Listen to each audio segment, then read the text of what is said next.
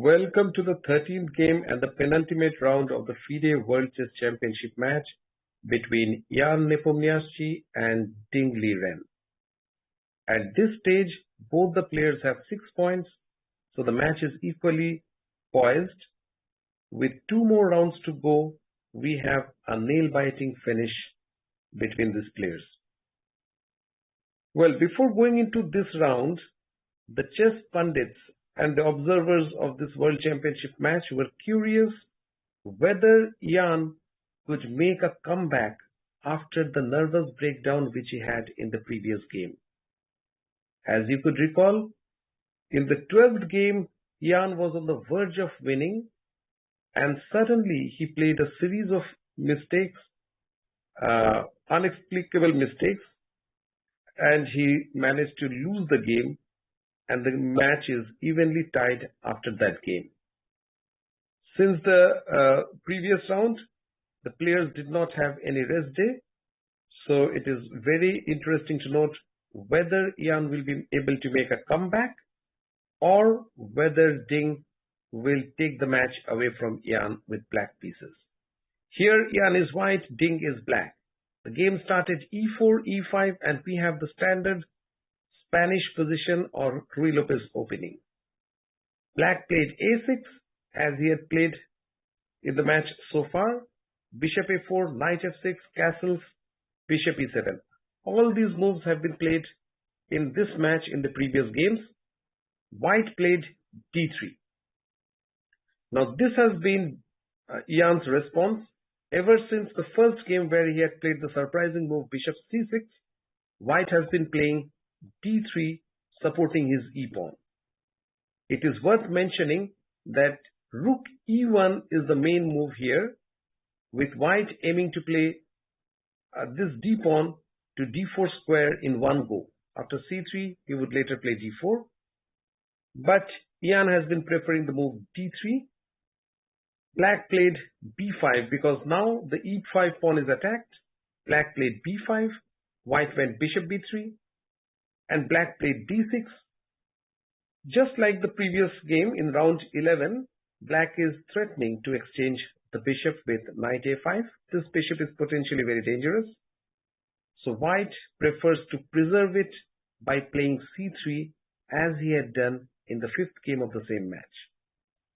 You may recall in 11th game, Jan had opted for an alternate strategy by playing a3, leaving the c3 square for his knight. But here he goes back to the traditional Spanish plan of playing c3 first and retreating the bishop to c2 if attacked. Well, black castled and white played h3. This is a restrictive move. Sometimes, if white plays e4, d4 in future, then there is a scope of black pinning the knight and putting pressure on d4 square. So this h3 move is a restrictive move.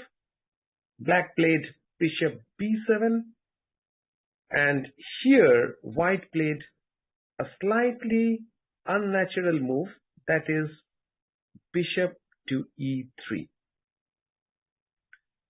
Well, before explaining the ideas behind the move and the reason why it is not so common, let me take you over to a similar position which arises from a different move order in the Ruy Lopez. Well, look at the position carefully. And now let us compare it to the main line of Ruy Lopez, which is played after rook e1. Well, black usually plays b5 and d6 with the same setup, follow-up. White plays c3, black castles, and white usually plays a3, preventing bishop g4, which would happen after immediate g4. And here, after h3, in one of the variations, black plays bishop to b7. This was the subject of debate between a very high-profile World Championship match which was played between Kasparov and Karpov.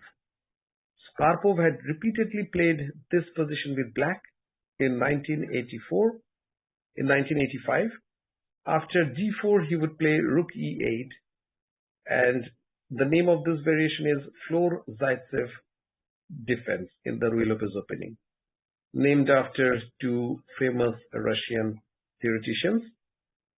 Well, compared to this position, in the game we have this position. So what is the difference? In the main line, which used to be the traditional Ruy Lopez main line, well, the pawn is still on d2 and the rook is on e1. Here white would play d4 in one go.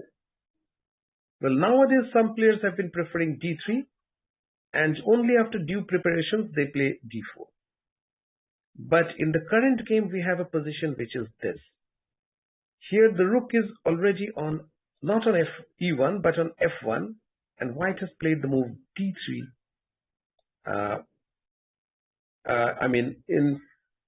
For rook e1. Well, both the moves have advantages and disadvantages, but usually white adopts a slow system of bringing out the knight, gradually shifting the knight to the king side, and then when the position is ripe, only then play d4. But here white played bishop to e3 before developing his knight. So one of the reasons why this move was or is rarely played at the top level is the bishop from c1 waits for the situations to clarify before choosing which square to develop. Sometimes bishop g5 may be better, sometimes e3 is better, and sometimes when the situation clarifies, the bishop may even have access to b2 square in some rare situations, and it can be very strong from g2. So white usually waits before developing his bishop, and he brings out his knight first, which is more obvious. Besides, the bishop on e3 basically, well, blocks the e line. So in that way, the e4 pawn is slightly less protected after bishop e3. As we shall see, black could get counterplay by attacking the e4 pawn later. So perhaps this bishop e3 is slightly inaccurate, but I'm sure Nepo has had some deeper ideas with this move. Black played the standard maneuver here, knight a5 and c5. This way black takes space on the queen side, makes way for the queen, and of course later when white will play d4, black may have access to the c file by exchanging on d4. White developed his knight, black played rook e8, white played a4. Well, the move a4 is a typical move in the Ruy Lopez because black usually commits his pawn to b5 early in the game, and this move on a4 gives white an option of opening the a file whenever he wishes. So it is like activating the rook from a1 square itself. Well, black played h6. What is black's intention? Well, one of black's ideas is he would love to keep on advancing his pawns in the center, and later if he gets opportunity he can play d4 or c4 and attack in the center. But before doing that, he would typically like to play bishop f8, bishop f8, supporting the e5 pawn with his rook, and then play d5. But in this particular position, after bishop f8, white may pin the bishop by playing bishop g5. So he prepares his plan of playing bishop e8, f8, and then advancing his central pawns. Well, the rook is suitably placed to defend this pawn, and black basically will have a lot of space advantage. Well, white immediately stuck with d4. With this move, he signals that when black will play bishop f8, he would reply by playing d5, which is a very common pawn structure in these type of Ruy Lopez positions. Basically, with d5, white would restrict this bishop as well as this knight. The knight cannot go back. So this type of position gives white some space advantage and a very pleasant, plans to play on the queen side, on the king side. He can gradually shift his pieces to either side. So that was white's idea when he played d4. So in this position, black played ed4. It is a great decision because black immediately recognized white's plan and took measures. White took back with the pawn, and now black took cd4 once again. Usually, it is not wise to give up the center pawns, especially in this position. Black has exchanged the e pawn for c pawn. It looks not good structurally, but here black has specific ideas to open the e file and to prevent white from blocking the bishop's diagonal. So he played cd4 once again. White took knight d4, and it seems black has a weak pawn, a lonely pawn, and a backward pawn on d6, but it is compensated by black's active pieces. So here white is threatening ab5 with his knight and pawn. Black played knight c4 immediately. So black has very active pieces which fully compensates for his temporarily weak pawn on d6. Moreover, the pawn will advance to g5 and dissolve itself. It will exchange for white's e pawn, so the weakness will not remain forever. But before proceeding, look at this position, and white played knight c4 because this knight is too active. He exchanged, and black has bc4. Now compare this position with the position if white did not have a4 pawn and black's a6 pawn. So we move, so in that position, white could play bishop a4. So therefore, it was an interesting option for white to have taken ab5 before playing d4, which would have allowed him, after this exchange, to have played bishop a4 with some initiative, because the bishop would attack the rook and the rook has to move to f8. But the way the game went, white played d4 directly without taking, and after the exchange, we have this position, but now white cannot play bishop a4. So probably playing d4 at once was not the most accurate move order. White should have played ab5 one move earlier. Well, here white played f3, protecting the e pawn. Well, something has to be said about the move queen e2, attacking this pawn, and indirectly, protecting the e pawn, because white has a discovered attack. And only when black protects the c pawn, then play f3. In that way, white could improve his queen position slightly, and maybe he could bring his rook to d1 subsequently. But white played f3, and this is another interesting position to note, that since the pawn has advanced to f3, now the advance d5, the move d5 would be very effective, because after the eventual exchange of d and e pawns, in an open position, the square e3 would be weak, and this open file could actually pressurize the weak e3 point. So after f3, black has to plan to play d5. He played bishop f8, opening the rook's file. Now he could play something like d5 in the next move. Here white played bishop f2. Of course, he realized that after g5, This pawn is pinned because the bishop is hanging. So he preferred to move his bishop to f2 square. Well, how to deal with the threat of d5?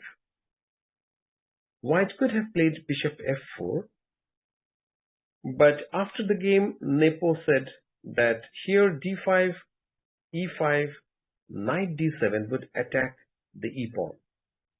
The move bishop f4 has basically created a support point for e5. So white can play e5 now, but after knight d7, white would have to defend this pawn, and black would continue to put pressure on this pawn with a good position. Also, white could have played a move like knight f5, which looks quite thematic. This is a good square for the knight. But after d5, well, white is just one move short. He cannot play bishop d4 as he will lose the e-pawn. So therefore, white played bishop f2, which is a defensive move. And black played d5, the thematic move. And after this, black seizes small advantage. White took e d5, black took knight d5. And now we see the e3 square is weak. Black knight can jump here, exchange this bishop, and this bishop will be left without any counterpart. Here white played bishop e4, pinning the knight. And this is the most important position in this game. Here black could have played for advantage, but instead he went for a creative move and spoiled his advantage. There are quite a few options for black. One of them is he could have played rook to b8, supporting the bishop, unpinning the knight. And here the knight would love to go to f4 with the bishop supported and attack white's king position. If white takes this, basically black will have double bishop advantage, and this bishop is definitely a very active bishop. It will give black small advantage. Well, if black played knight f4 immediately, just giving up this bishop or sacrificing this bishop, then we would have a position which is bishop b7, queen g5, threatening checkmate. Now here black has sacrificed a piece in order to create a mating attack. But after white defends, black may even succeed in getting a very good position, but he's a piece down. He's pinning this knight and threatening to take back the piece. Well, white may have many defenses here, but at least the minimum which white can play here is he can give back the piece and head for an end game by giving back the piece and taking back this pawn. White is slightly better because of his passed pawn. Therefore, knight f4 is black's idea, but he cannot play immediately. And also rook b8. Well, this is a good move, but it allows white to exchange this, and black would have a small advantage. The other move which gives black small advantage is queen g5 at once, threatening knight f4. And even here, white has to take bishop d5, after which black will have advantage because of his bishop. So here black had a couple of ways to get advantage, either by queen g5 or by rook b8, threatening knight f4 in either case. But he played rook e5, a mysterious move. Perhaps he wants to double on the e-file.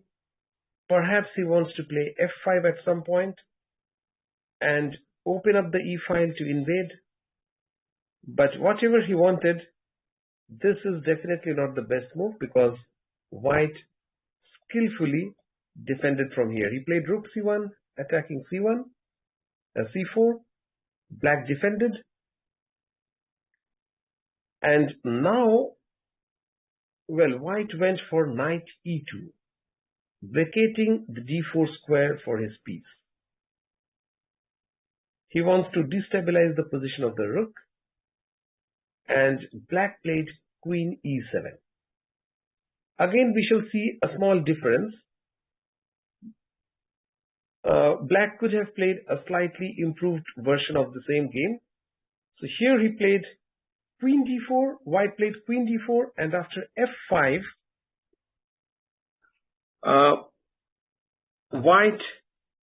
it looks like black is on the verge of winning, but white played bishop g3. This is the only saving move for white, and it is very effective move. Well, without bishop g3, basically the bishop cannot move anywhere because the e2 knight would be lost. So here after f5, white played bishop g3, and we have a position where black had to sacrifice an exchange in order to survive. Well, let's compare this position with a position where black would have his queen on e8 instead of e7. If he had his queen on e8, black could actually play bishop c5, pinning the queen and winning the queen. So here, for instance, queen e8 instead of queen e7 would have been interesting, because in that case, white could not have played the same moves which he played in the game. Right? Bishop c5 simply pins the queen and wins the game for black. So, well, queen e7 might be a small inaccuracy for black, and after bishop g3, black had to give up his exchange by playing rook e4. Well, there was another way of giving his exchange by fe4, but the position would be similar, and it would be white who would be in driver's seat. White will simply take an exchange, and black has to prove that he has compensation.